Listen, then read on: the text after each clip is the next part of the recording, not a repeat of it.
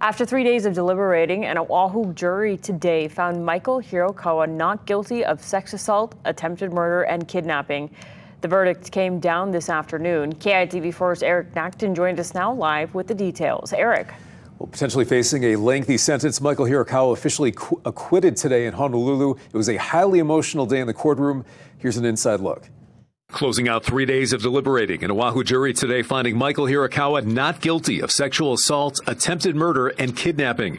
The verdict came down late Tuesday afternoon, an emotional time for Hirokawa and his loved ones. The trial stems from an incident 3 years ago when a woman claimed Hirokawa violently raped, choked, and stomped on her before she escaped.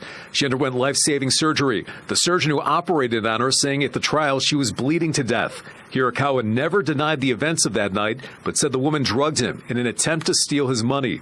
He claimed he remembered nothing after drinking wine except for feeling trapped, afraid, and that he had to fight for his life. Lab tests found the sedative Ambien and hallucinogenic drug LSD in his wine glass. This was a very difficult case. 12 citizens from the state of Hawaii, they listened to the evidence for the better part of a month, and they unanimously agreed that Mr. Hirokawa was not guilty of the charges. I'd like to thank them for their time and dedication, listening to the evidence, paying attention, and following the law. Legal expert Doug Chin spoke to KITV4 about what's next. Bottom line, the defendant, Mr. Hirokawa, has been found not guilty. So any sort of restrictions that have been placed on him up until now, they're all lifted. He is not guilty of the crime that he was charged with. He went through trial, and he can't be tried again.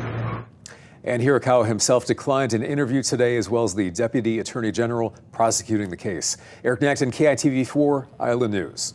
Eric, thank you.